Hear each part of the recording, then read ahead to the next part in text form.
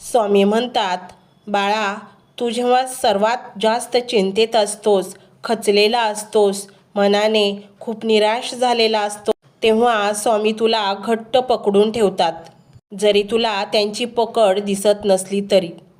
तू ज्याला उशीर समजतोस ते प्रत्यक्षात संरक्षण असते. तुला ज्यात अपयश भेटले ते तुझ्या फायद्याचे नव्हते.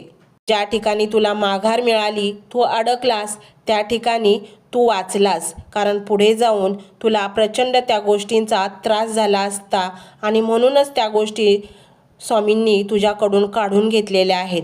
बाळा, तू स्वतःला कमजोर समजू नको. तू स्वतःला मजबूत बनव, आत्मविश्वासाने भर आणि या जगाच्या सामोरे जा आणि मग बघ, प्रत्येक क्षण तुझाच असेल.